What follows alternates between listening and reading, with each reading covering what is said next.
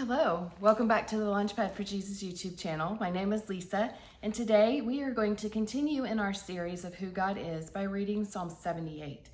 This is another Psalm of Asaph, and it is a long psalm today. It is 72 verses long.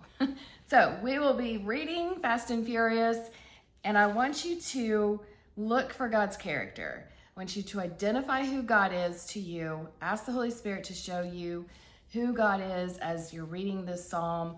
I'm going to be reading from the New Living Translation, and I'm also going to be giving you just a little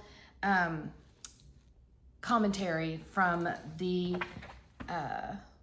Bible Knowledge Commentary, okay, for Psalm 78. So this is, again, a psalm of Asaph, and he says that this poem is a sad recounting of how their ancestors forgot God's works, but it also recounts how the Lord graciously delivered them. So just be mindful of what God is saying to you in this psalm as we read Psalm 78, and I'll be reading from the New Living Translation. All right, here we go. Verse 1. O my people, listen to my instructions. Open your ears to what I am saying, for I will speak to you in a parable. I will teach you hidden lessons from our past, stories we have heard and known, stories our ancestors handed down to us. We will not hide these truths from our children. We will tell the next generation about the glorious deeds of the Lord, about his power and his mighty wonders. For he issued his laws to Jacob. He gave his instructions to Israel. He commanded our ancestors to teach them to their children, so the next generation might know them, even the children not yet born, and they in turn will teach their children. Verse 7, so each generation should set its hope anew on God, not forgetting his glorious miracles and obeying his commands. Then they will not be like their ancestors, stubborn, rebellious, unfaithful, refusing to give their hearts to God. The warriors of Ephraim, though armed with bows, turned their backs and fled on the day of battle. They did not keep God's covenant and refused to live by his instructions. They forgot what he had done, the great wonders he had shown them, the miracles he did for their ancestors on the plain of Zone in the land of Egypt. For he divided the sea and led them through, making the water stand up like walls. In the daytime he led them by a cloud, and all night by a pillar of fire. He split open the rocks in the wilderness and gave them water as from a gushing spring. He made streams pour from the rock, making the waters flow down like a river. Yet they kept on sinning against him, rebelling against the Most High in the desert. They stubbornly tested God in their hearts, demanding the foods they craved. They even spoke against God himself, saying, God can't give us food in the wilderness. Yes, he can strike a rock so water gushes out, but he can't give his people bread and meat. When the Lord heard them, he was furious. The fire of his wrath burned against Jacob. Yes, his anger rose against Israel, for they did not believe God or trust him to care for them. Verse 23, but he commanded the skies to open. He opened the doors of heaven. He rained down manna for them to eat. He gave them bread from heaven. They ate the food of angels.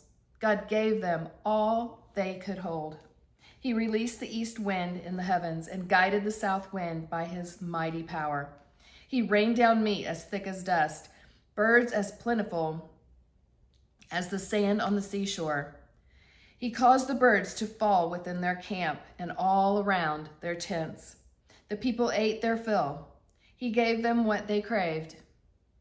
But before they satisfied their craving, while the meat was yet in their mouths, the anger of God rose against them, and he killed their strongest men. He struck down the finest of Israel's young men.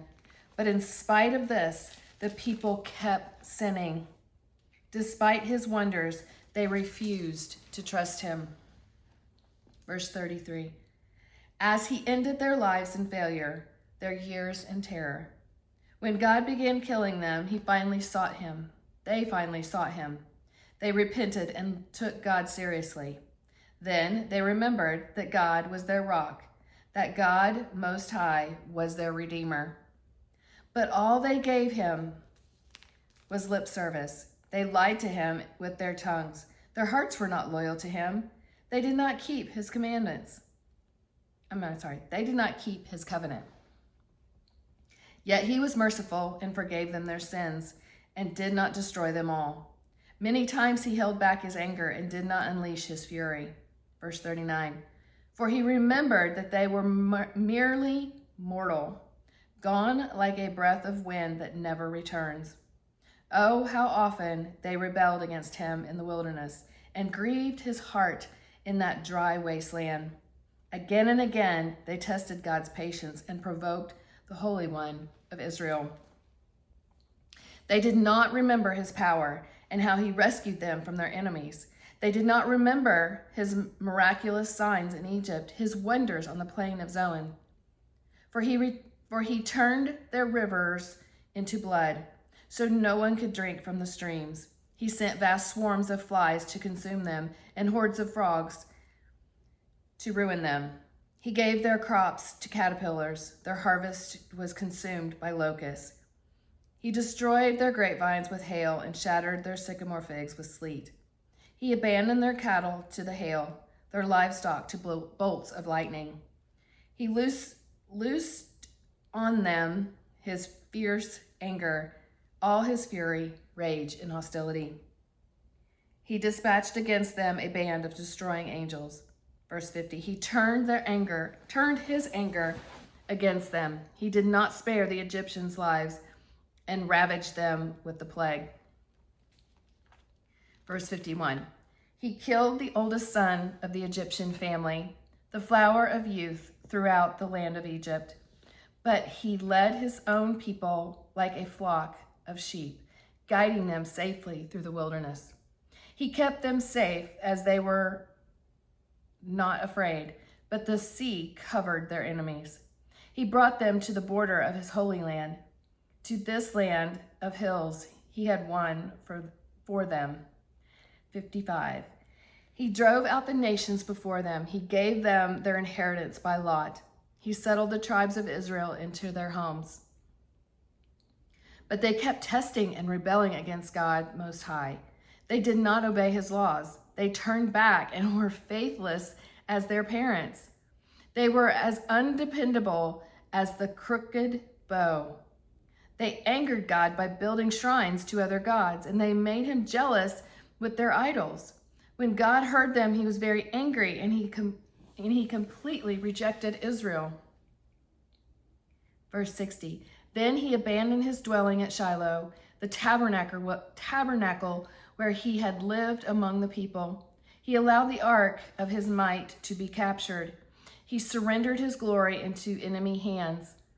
He gave his people over to be butchered by the sword because he was so angry with his own people, his special possession.